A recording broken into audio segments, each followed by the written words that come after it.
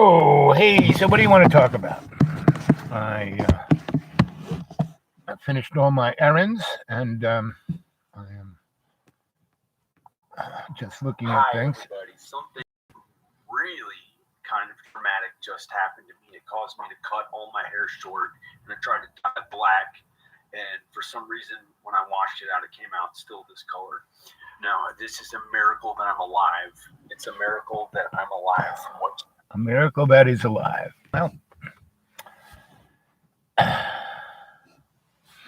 I think it's a miracle when I can find my car keys. But there's a great book called The Course in Miracles, right? And it's a big, thick book, and there's the course itself, and then there's the workbook. It gives you exercises to practice, and then it has the teacher's guide, so you can teach people. That's a very interesting book, and it's written by God, autonomic writing, and no one takes credit. And it's been put in circulation for the last 100 years by a nonprofit entity, and it's interesting. And the first time I ran across that was when I was about 11, and I used to walk to work. Grandpa Stoll and his son Mike had two shops. One, their big shop downtown, right on Reed Street, I think it was, or Duane. I'm not quite sure. I forget. One of those two streets. And one up on 3rd Avenue around 60th Street, and was kind of between 3rd and 2nd Avenue, just off of 3rd. And that's where I kept blowing things up in my mom's and dad's apartment, and my mom couldn't take it anymore, and she walked me over. First electric shop, bingo, walk in there.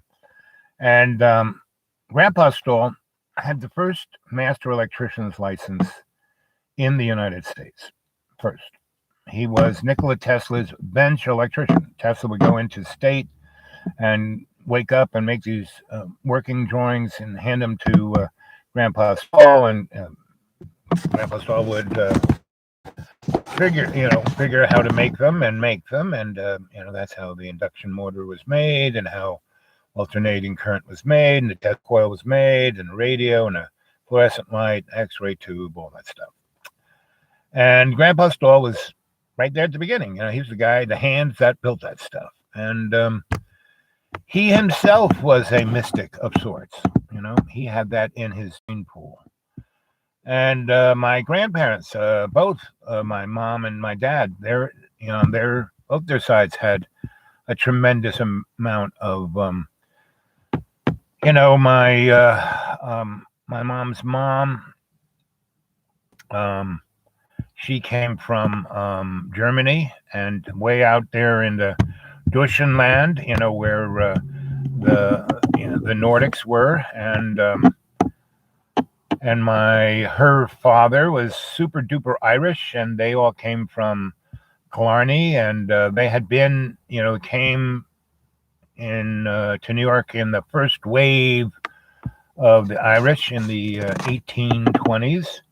And they went straight. They didn't stick around New York. They went straight upstate and started. They were hotel people and started hotels, and got a lot of land, a lot of timber, and they were some of the first robber barons, right?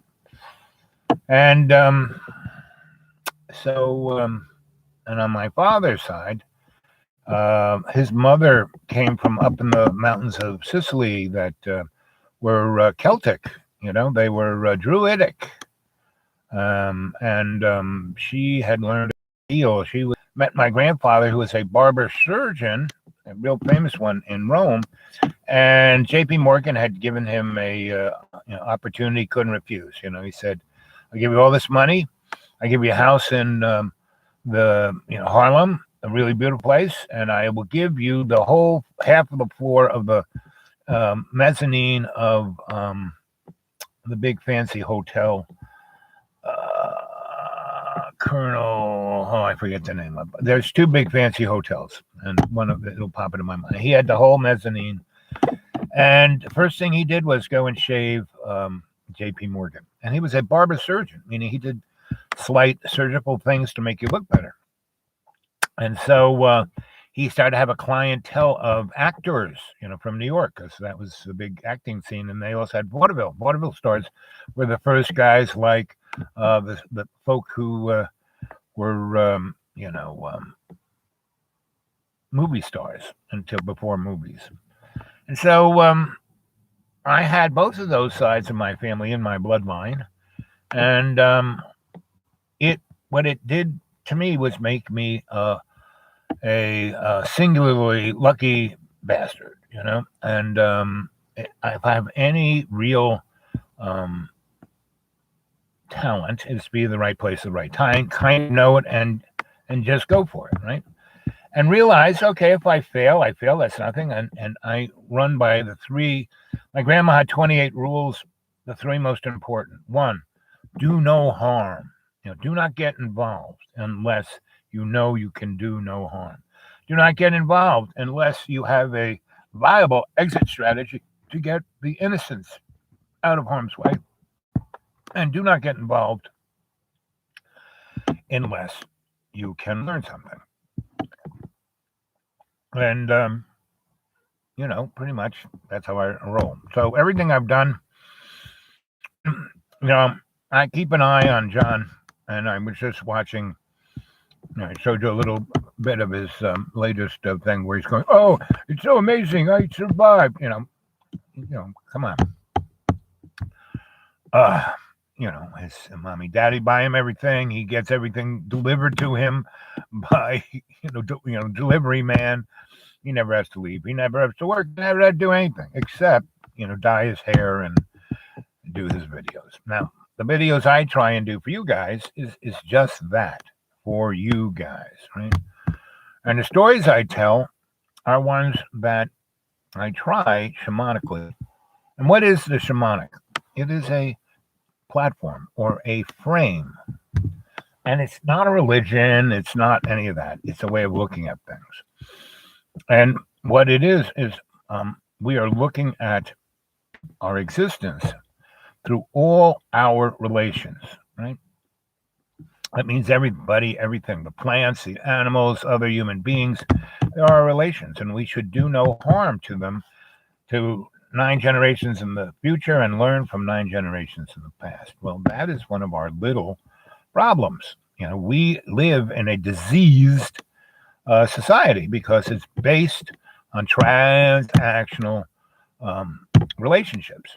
And, you can't have a transactional relationship to God, you just really can't, and expect, oh, I'm going to do all this praying and tell you I love you a lot, man, and expect, God, God always watches out after us, but we have this free will. So whatever we do has concurrent responsibilities and outcomes, and those are we're supposed to learn from, not suffer by, right? So if you make a mistake, that's fine. Just don't do that again. You should learn from it, right? And the more you do the same thing over and over and over again, it's what is called neuroses, right? And I would call it the laundry list, How am I going to pay my bills? Oh, I want my family back. Oh, I want this. I want that. I want. God is not some, male, patriarchal guy in a chair in the clouds. That's not God. God is so right there with us and not at the same time. So what we have to do is embrace love's co-creation, meaning do everything in, from your heart, from love, not from your fear, not from, your anger. And you should try your best not to put yourself in environmental situations where whatever you're imbibing or taking, some people can't eat. I'm diabetic. I really can't eat, carbohydrates or sugar. So I stay away from that. And when I do, very nicely, my blood sugar stays between 90 and 120, which is fine. That's very good.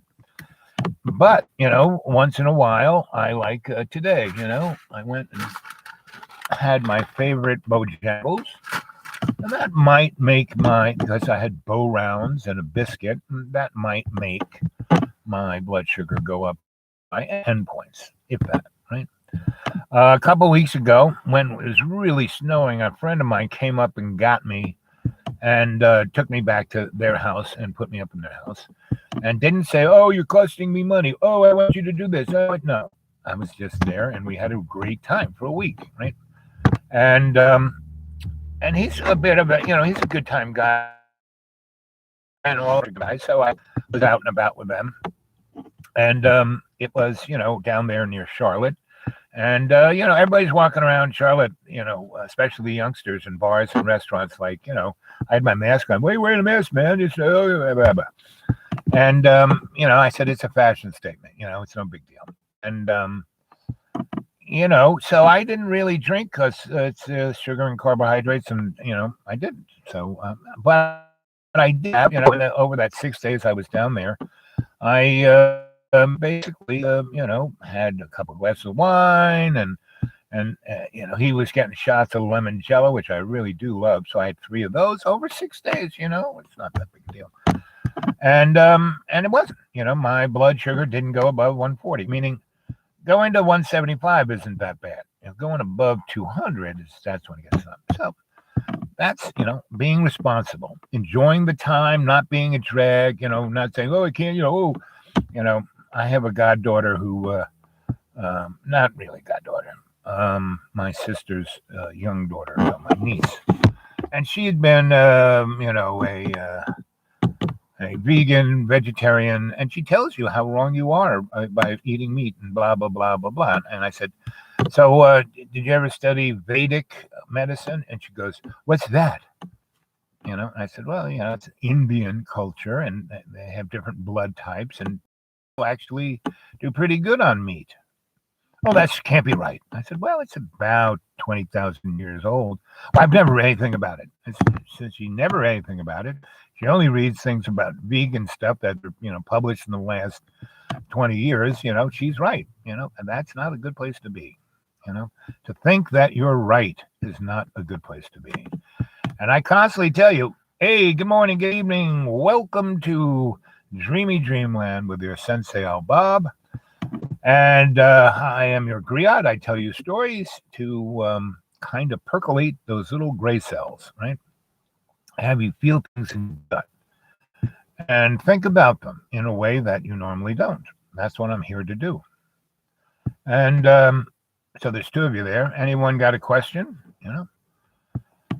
And so I'm in the deep, deep green, and, basically I don't tell anyone really where I am. I give them, I'm kind of right on the border between Virginia, North Carolina, West Virginia, Kentucky, and Tennessee, right? And I really am. I mean, there's a corner of my, well, not even my lot, but if I go, a mile or so from where I am and go on the Forest Service Road, there's a place where I can stand in 3 different states at the same time. I'd have to be like 6'5" to do it, but I mean, they were like bing, bing, bing, right? So, and the other 2 states are not that far away, just 12 to 20 miles away. So this is really swirly. So we had unbelievable snow. I was snowed in from Christmas Eve until Valentine's Day. One day I was able to get out and I had to go rake the snow out on the way every time it snowed, because if I just let it be there, it would get deeper and deeper and then get really, really cold and then the snow come out a little bit. And then I would have the road being a 1.5-foot ice block. So I just had to keep raking and I had to walk up this steep hill. And right where these 4 roads come together, morons just came speeding through it and would pack the snow down and make it ice. And then, it'd be like 8 degrees. We had 8-degree weather for 3 weeks straight. I mean, in the evening 8, during the day maybe 25. Now, I could have complained, boo-hoo, but I didn't, because it was actually quite beautiful, and it was actually quite quiet. I mean, all that snow was like being in a dampening field. Emmett, hey Emmett, hey there, Bob. Hope you are keeping well. I'm always well, right? I have my prayer cloth on my head, right? Jesus anointed this. I bought it from Bishop John Birmingham for $19.95 on his website. It's a prayer cloth. Right? I'm kidding. But that is one of the problems of religion, is that it's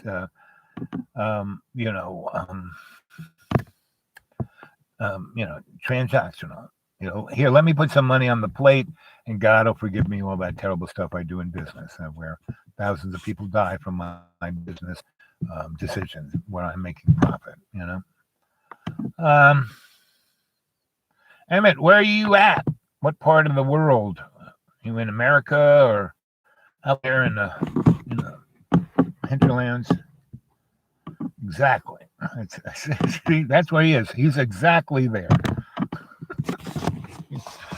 Anyway, so the first time I saw the Course in Miracles, it was with at Madame Olga Kluver's curiosity shop. Dublin, Ireland. Good man. So, what part of Dublin? Are you up near Trinity? Are you over near the post office where the revolution started? Are you on the river? What part? Are you over in that little part when you, let's see, from Louisiana? Jessica, how is Louisiana doing? I have a bunch of friends in different parishes near New Orleans, and I have some other friends who live in Mississippi and Alabama. So did you get that big cold weather in Louisiana? I hate to tell you this, but how, let's see, hello, south of country. Okay, gotcha. So is that the road that goes up to the West Coast, or does it go across to the east? Or does it go out to the airport? And when I last was in Dublin was or the last I kind of lived in Ireland was in 86 maybe, and then I came back. Some rich people wanted to buy real estate in Ireland, and so they paid for my airplane ticket and paid for everything and paid me money to be their guide, which I did. And warmer now. I'm in Livingston. Okay, gotcha. I know where that is. I love that part of the coast. It's really, between the Panhandle and Texas is really magical land. And even though the oil companies have destroyed the coast and the wetlands, it's really interesting how it's still, ice storms made everything really shiny. Yeah, I would think so. Minnesota. Woo. You went down to Louisiana trying to get away from Minnesota, and it came after you. And why that happened was there was, the North Pole is like cold, and in the winter it's really cold. But there was an anomaly over the North Pole in the ionosphere. That's 100,000 feet up in the air. It was 80 degrees Fahrenheit. And that changed the whole flow of everything, right? So, and how can, that's like outer space, 100,000 feet up. I mean, when you go above 30,000 feet, it's below zero. It's like frostbite time, right? It's really, really cold. So you go up another 60 to 80,000 feet, and, that's outer space. And yet it was 80 degrees Fahrenheit. And it was that warm for all, a week or two before the polar vortex and a few weeks after, right? Which is causing this crazy weather we're having now, the rain and all that. And we had a similar one of these back about 2006, 17, maybe, give or take, or 16, somewhere around that. That January was ridiculously cold. They called it the polar vortex. And so we are going to see this more often. People say, oh, there's a 1 in 1,000 year thing. Well, that's what they used to say about 30 years ago in California about the fires there and the way the rain was changing. Let's see. Your head from the city center directly to the mountains. Okay. I know exactly what you're talking about. So what are the two roads, like the when you're going out of Dublin and you kind of go down towards the river, across the river, and you head over to Limerick, and they turned that little nice road into a super friggin' highway all the way up the West Coast. What do they call that now? I mean, that's when I was there in 2006, and they were turning the West Coast into a super highway. It was like really, that's when I said, I'm not coming back to Ireland, It was disappointing in the large scale.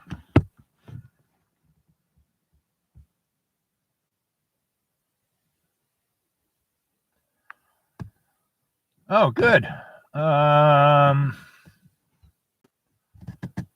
So Jess, can you send me a link to your channel? Is it just Jessica Davenport? Or if you can, send me a link on my the dude awake 42 at Gmail, and send it there, and that way, and just push the link, and bingo, look at it, and you can talk to me, Jess. I'd love to hear from you, and doing it on the old, Gmail, the dude awake 42 at Gmail, is a nice private way. And if you are, you can give me your phone number. I'll give you a buzz. I'd love to talk to you. So, and talk about the deeper things in life. Lived in Asia for 30 years before returning here. I don't know the roads that well, to be honest. Yeah, but you know what I mean. How everything's, how everything is unbelievably changed. Where'd you go in Asia? Asia's really interesting. I love Thailand. I love Vietnam. I love Singapore. I love Philippines. I love, what are the places? Myanmar, all of those places. And I went and saw them like in the 70s and 80s when they were hadn't really gotten, if you got on the wrong side of the man, you could get in trouble, but otherwise not so much.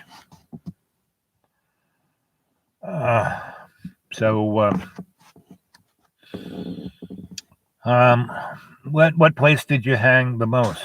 I also Australia, but that's like living in Hollywood or someplace. It's like Australia is very strange. Tasmania's kind of nice, and that was my favorite place in Australia. Was Tasmania, and Taiwan, Malaysia. Wanted most of other countries. Yeah, well, that's the way to do it, and that's kind of my traveling thing. I go someplace, I set up a base of operation, I hang there, I make friends, and then I go take little trips, a week or two here, a week or two there, and, and I stay in some place for a year or so, right? That way you really get the flavor, you get to know it, you even get to learn the language. And I have a very good ear to pick things up. And once I'm, submersed in it, I can, respond pretty well, especially when my brain was sharp as a young man. But I still can, listen and understand what people are saying and then say nothing. And that's usually the best way to be, to understand, but don't butt in, right? So I don't feel like you have to say something. And I try not to do that.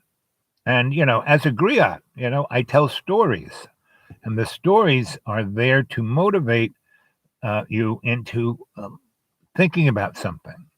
And often it can make you feel anxious or upset or wait, you're making me think about, you're making me look in the mirror. That was this morning's thing was about, looking in the mirror.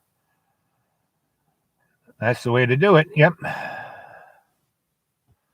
Anyway, I'm at an age where, I'm really out in the middle of nowhere. People come to visit, and you really have to be of tough stuff. If you came to visit me, basically have to sleep on the ground. And right now it's the real rainy season, so it's muddier. You have to sleep in mud.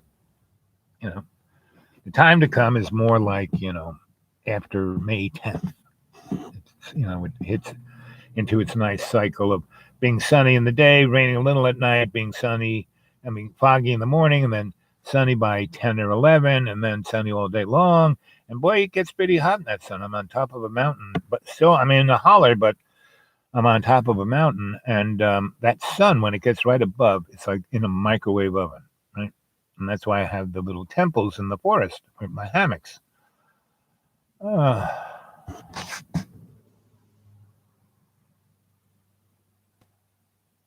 Good. Stay, get in touch at the dude awake 42 at Gmail. And if you want to throw anything into the old PayPal, go to PayPal, and then where it says, what email do you want to send it to? The dude awake 42 at Gmail, right? And go look at my Griot Publishing. And I have little, I have the first draft of Legend, and I have a draft, maybe 20 drafts later up there. And they've changed how to do it. So I can't really put it on their thing as the other stuff is up there, which is a lot easier to access. What they have me do is to put the link to that thing. And I have to put it in a place where it can be linked to. So anyway. It's starting to bank in here. It was sunnier about an hour or two ago, and it's starting to get misty, deep fog. And I have to go through mountains, and it hadn't quite hit 2 o'clock. So I've been at this now 27 minutes. So I will, when it hits about an hour, I will hang it up. But Jessica, you have a good time with the Barbecue Brigade. I love you, dearest, and all of you who are watching. So keep it up. Anybody else who wants to say anything? Emmett. So what are you thinking about?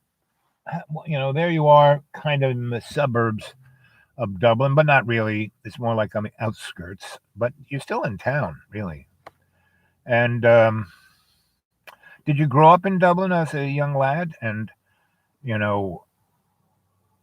what did you experience of Dublin? I mean, the first time I went to Dublin was when I went to Trinity. No, I went with my folks in 1968. And they wanted to, set me straight. And they were going to see the Pope, and they wanted to, look up their blah, blah, blah in Ireland. And so I went there. And they left me in Ireland in the big fancy hotel in Dublin. And I was living in these little apartments where the help lived, and there was all these girls. And was the only guy living in the basement of this place. And I had, my dad gave me, £1,000. He had no idea what I could buy with £1,000. And he gave me a tab to eat at the hotel. I could go in the fancy dining room and eat, or I could have it down in my apartment, either way.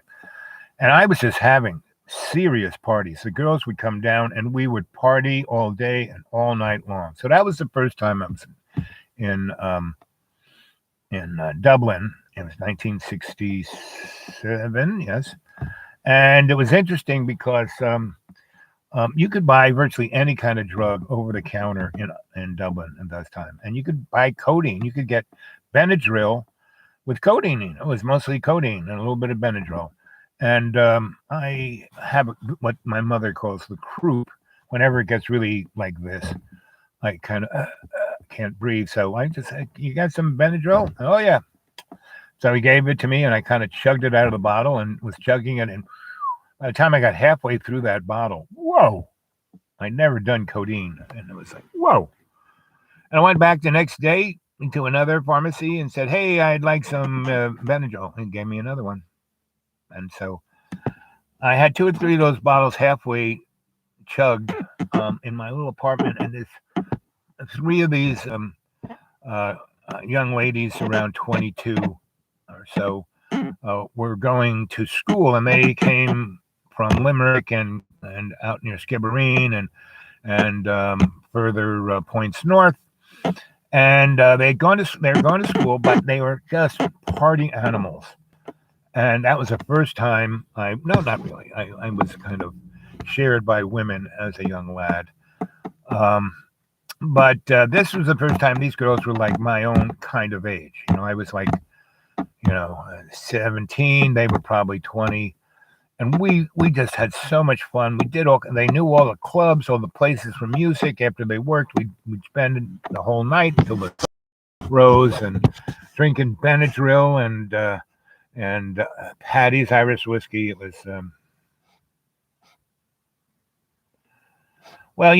there's always been drug problems, but now I'm sure it's kind of et al.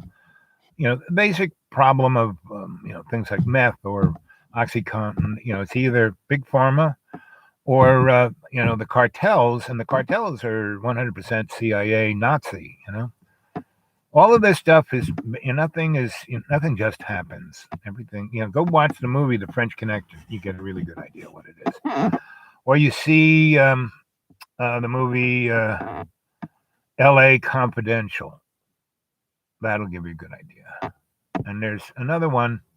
I think it might be L.A. Confidential. It's about these guys who went off to World War II, and they did terrible things to win the war, right? And they come back, and what's his name? One of the mobsters from Chicago made the connection with the Sicilians and the Nazis to fight the Nazis. And so he brings back the Nazi technology of the machine guns and the hand grenades, and he's fighting, the drug war. These other guys have little pistols, and these guys have serious military weapons, and with no regard. So just they blow up a whole neighborhood to try and wipe out a few guys. It's like, because they had, their whole attitude was, this is war. And that's the cartel attitude.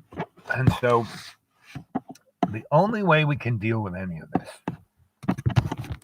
because earlier this morning when I played Jimmy Dore, why I like Jimmy Dore is that he's really succinct. Like within 3 minutes, he can tell you exactly what it would take me a half an hour to tell you a story and of this and of that and stream of consciousness. And I put it straight up. And then I played these guys. I forgot the name of the band, but they were big in the 90s. And they were like way ahead of their time. Their songs were amazing. So they had a song about the mirror. And I think it motivated Michael Jackson to do the Man in the Mirror, or Michael Jackson's Man in the Mirror motivated them to make this. And so this morning I kind of played a little bit of that song intro.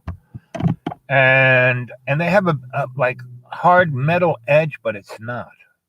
The syncopation of it is jazz. I mean, these guys are really, really, really, really good. And talking about jazz, here it is February, end of February. Tomorrow's the 28th, and then Monday will be the 1st.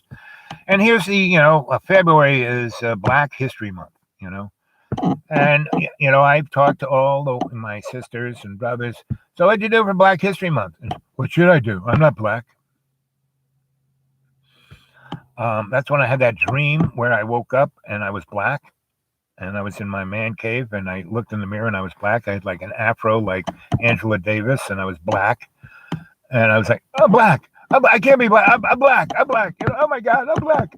And then I tried to go back to sleep, and I woke up and I looked in the mirror. I was black, and I was like freaked out, and I ran. And this is like, it's snowing outside, and I run outside, and it's 70 degrees, and flowers are blooming like Technicolor, like Dorothy leaves the sepia farm and goes out that door, and she's in Oz, right? And that was it. I kind of walked out of my man cave, and everything went from sepia to like killer,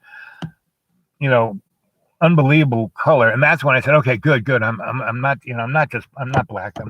I'm just dreaming, and I'm just going to go back. And I went back to the man cave, closed it, locked the door, went over and drank some of that sleepies, and went to sleep. And when I woke up, I kind of, got up and looked out the window, and there's snow out there. So I was going, okay, so there's snow out there. But my subconscious could have flipped it around. I still could be dreaming. So I'm going to get out of bed very slowly and inch my way over to that full-length mirror and see, and it was me, right? So I was awake. But do you really know what's awake? We don't. We think we know, but we don't. And a good example is our good friend, the canary in the coal mine. I mean, he really represents no idea what the heck it is, right? Because when he's going on about monsters and this and that, the only monsters there are the ones that come from your subconscious. It's not like the devil is after you. Huh? And that's what the story of Job is about. I love the story of Job because there's God and the devil up in a titty bar in heaven, and they're drinking away and playing pool and smoking a little blunt, and guy goes, "Oh, look at my friend, look at my boy Job. He's so good. And hey, Martin, and basically, well, the devil goes, yeah. And you look at all, look, he's got thousands of sheep and cows and wives and kids and money and houses and property. You've given him everything. So why wouldn't he be happy? Why wouldn't he be your servant? Why wouldn't he always be thankful to you? Why don't you take some of that stuff away, see what he does? And so they do. That God takes it little by little, takes it away until he's like lost everything's got sores on him, and still Job is coming from love, not transactional. Meaning, oh yeah, I gotta love God, tell everyone I love God just so God will take care of me. No. Even if God takes it all away from you, love is still there. And love's essence is the presence of consciousness. And otherwise, we're unconscious. We're just, mud puppets, What's Mark say? How's the weather in the Big Green? It's right now getting so foggy that it looks like it's raining, but it's fog. And I'm one quarter of the way back home. This is the last I get my last refuge of Wi-Fi before I go into the deep green. Now, if it's sunny tomorrow, I will walk the 2 miles and carry a chair with me to go and talk to you guys. But if it's not, I'm just going to putter around and write. So, here it is, 37 minutes. There's a bunch of you here. So, you pretty much got the idea that there, Donnie, Yump, and Jojo, there is no difference. Nothing's changed. They're still putting kids in that same cow palace. But it's nicer now. We give them, books and crayons,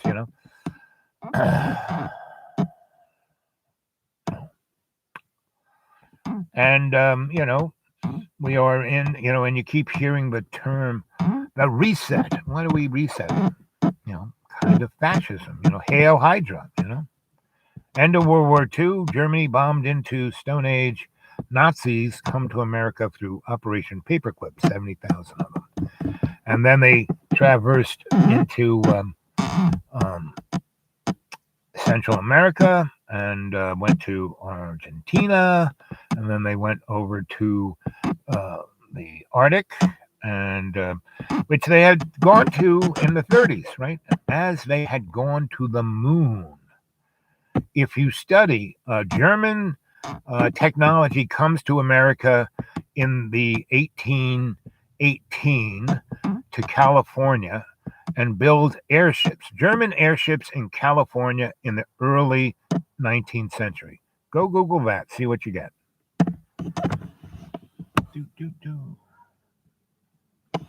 Oh, this is a prayer cloth, sold to me by a religious sect, who believe that if you send them 1995 and wear this on your hair, God will protect you.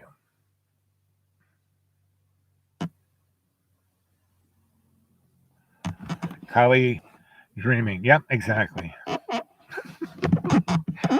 Prayer cloth.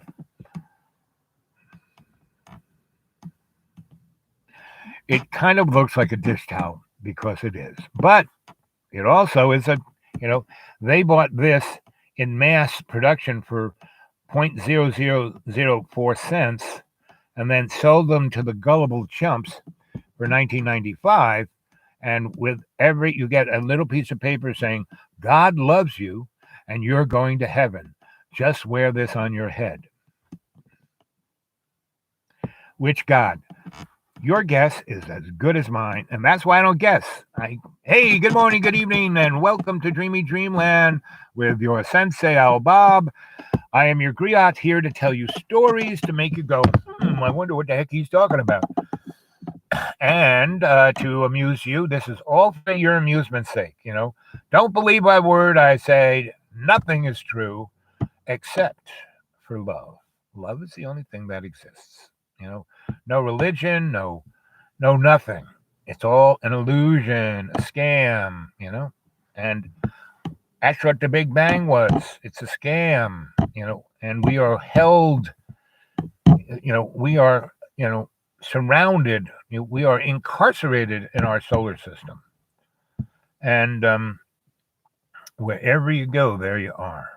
And so even if we learn how to go faster than the speed of light, we will just still be wherever we are. And the movie Avatar by Jimmy, I like that a lot. One of his better movies, because here these guys go to another star system. They have to go to the speed of light for about 3 years, and they get there looking for unobtainium, and which is actually a thing that exists, and they find a peoples, that are like indigenous people in North America, and they do the same thing that we did to the indigenous people, except those guys fight back.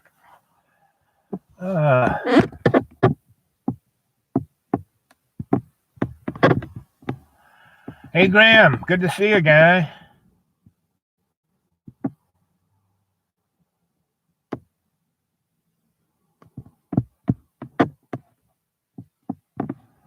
Yeah, kind of.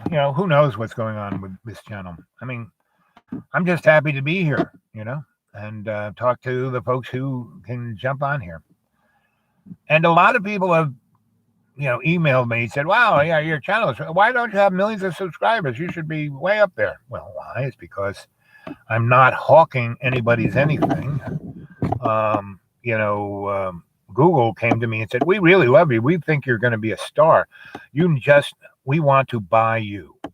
And I said, buy me? Yes. I mean, you can tell your stories about the old crone and da-da-da-da, but when you drift into, spiritual politics, we don't want to hear that, And so we'll pay a lot of money, not to say it, and we'll own all of your shows, and we will put it at the top of the algorithm, and you'll be world famous and really rich.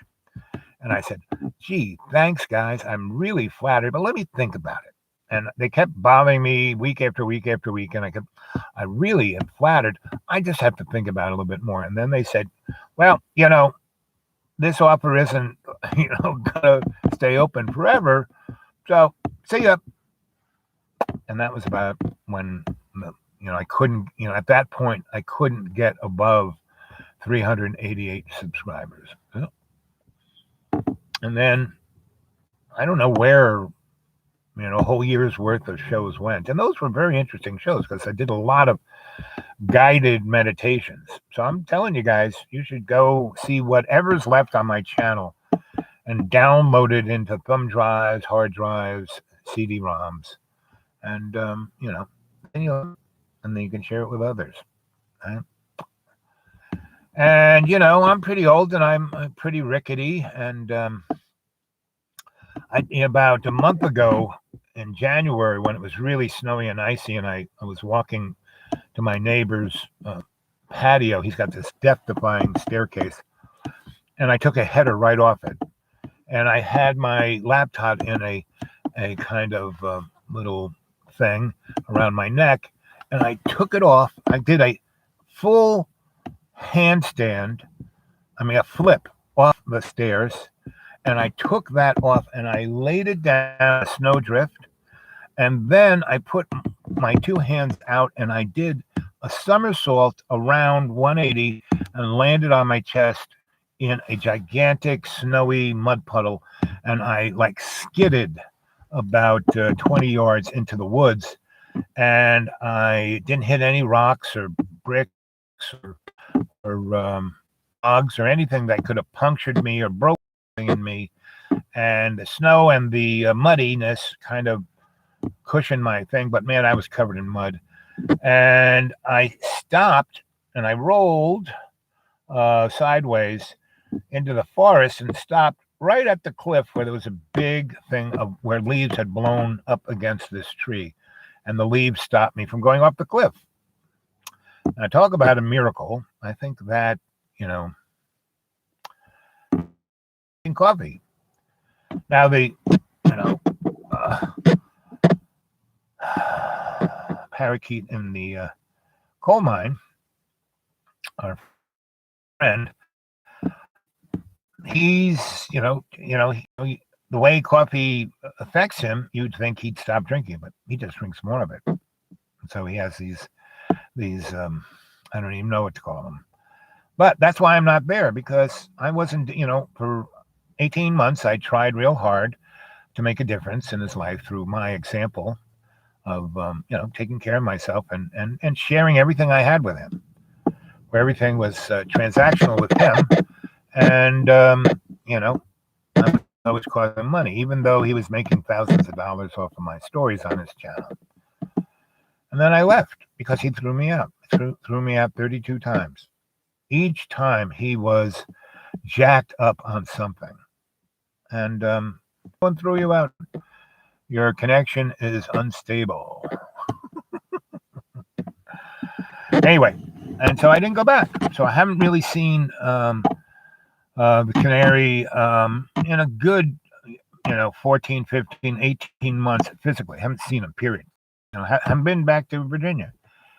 And I've been out in the deep green talking to squirrels, and to people who kind of meander through my just a few miles off of the Appalachian Trail. And so people kind of, and there's a big waterfall near me, so they kind of go look at that, and then they kind of, from the top of the waterfall, see a very interesting trail, and so they take that down to the bottom of the waterfall, and then they see another trail, and they go on that, and bingo, and only one person over the last 20 years, when I told her how to get there, she found her way there, no problem. She didn't use her stupid smartphone, and she just she didn't even write it down. I just told it to her. She listened to it clearly, and she found where I was.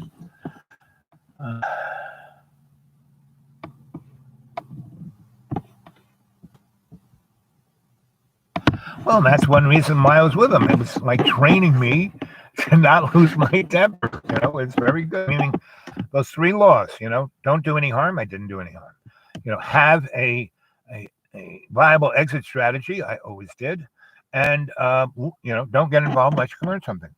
Well, boy, did I ever learn a lot from it, because he represents every sociopathic, psychopathic, thing in the DSR, but he's none of the above. He's just neurotic. And that's what he represents the American culture. So you watch his videos, he is the American culture. He is what the Congress is. He is what the presidents are. He is what, the, Bayos and the, Facebooks and all of those. He represents amazingly. You want to know what's going on in our culture? Just look at the canary in the coal mine. And that's what he is. He's a canary in the coal mine.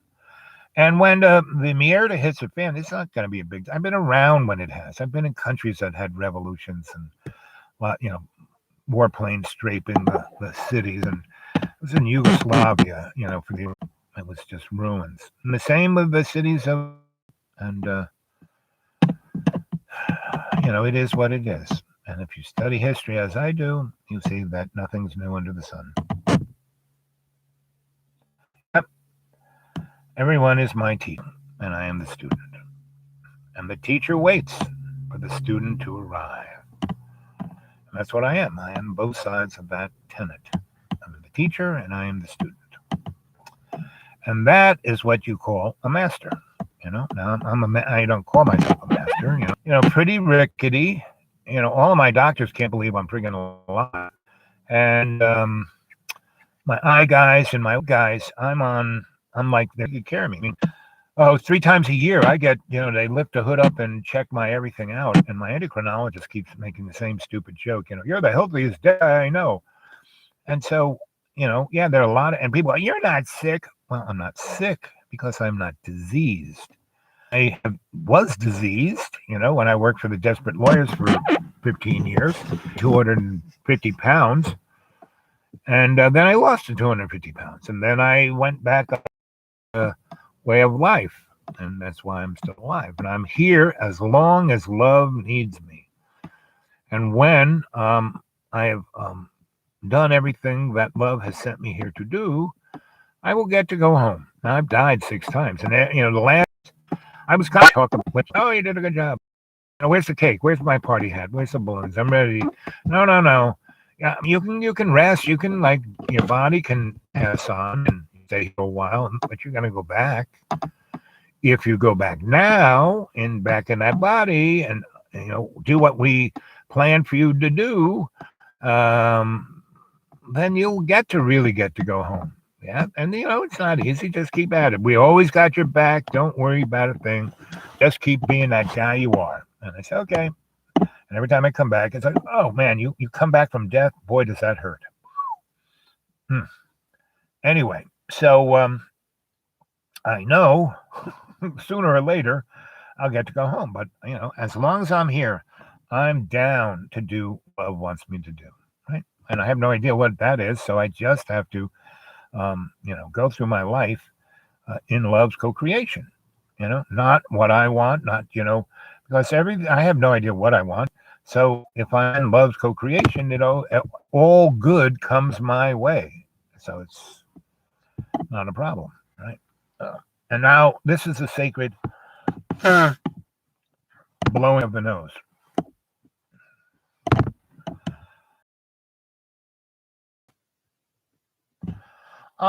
It's not so much like, well, I want to be that. No, it's kind of a karmic flow, the karmic wheel. If you keep doing your best, baby step by baby step, and you finally kick off this mortal coil and this bag of water, if you're done with this little playground, you'll go on to another playground. There's lots of steps up. And the God that I think is our God is just somewhere in middle management, so. We are given the life that's best suited for us to learn and to do service. So whatever that is, But I don't think you get to, like, it's not like those Chinese menus that have a piece of paper and you check off this. I don't think that, So, but you get what you need and you go where you're supposed to be.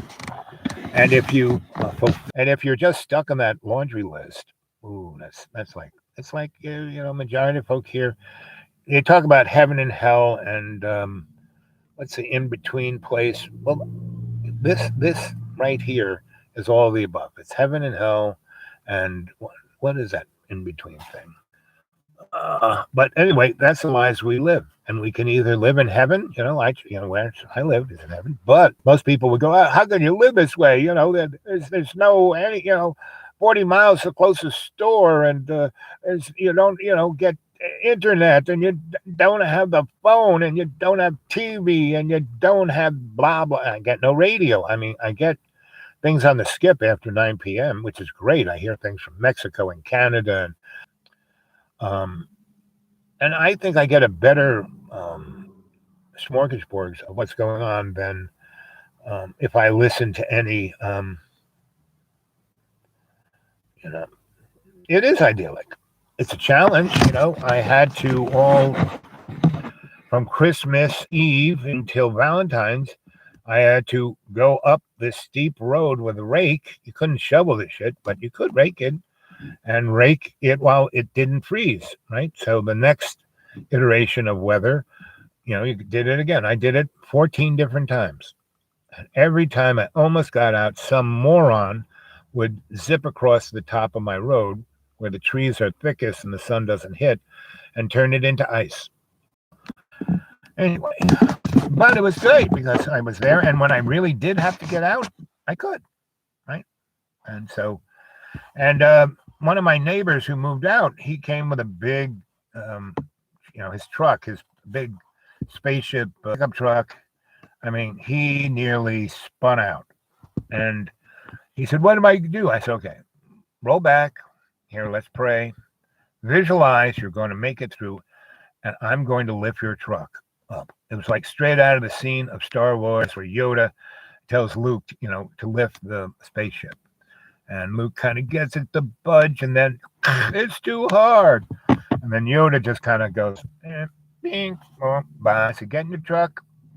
You made ruts in there. Follow those ruts. And don't slow down and don't spin your wheels. And I said, okay. By the side of the road, there are a bunch of logs. Let's throw them in your back of your pickup truck, which we did, but they're stinky and they're dirty. Yes, but they're weight, which will be put on your back wheels. And I stood there and I just lifted, he took off and I just visualized it going all the way to the top and getting out, which he did. Now, did he come back and say, "Can I get you anything?" And he drove away. Scared to be there. He was there 2 days, and that was the longest he'd ever been there. And it was beautiful. I mean, we had an amazing Christmas. It snowed all Christmas Eve and Christmas Day morning.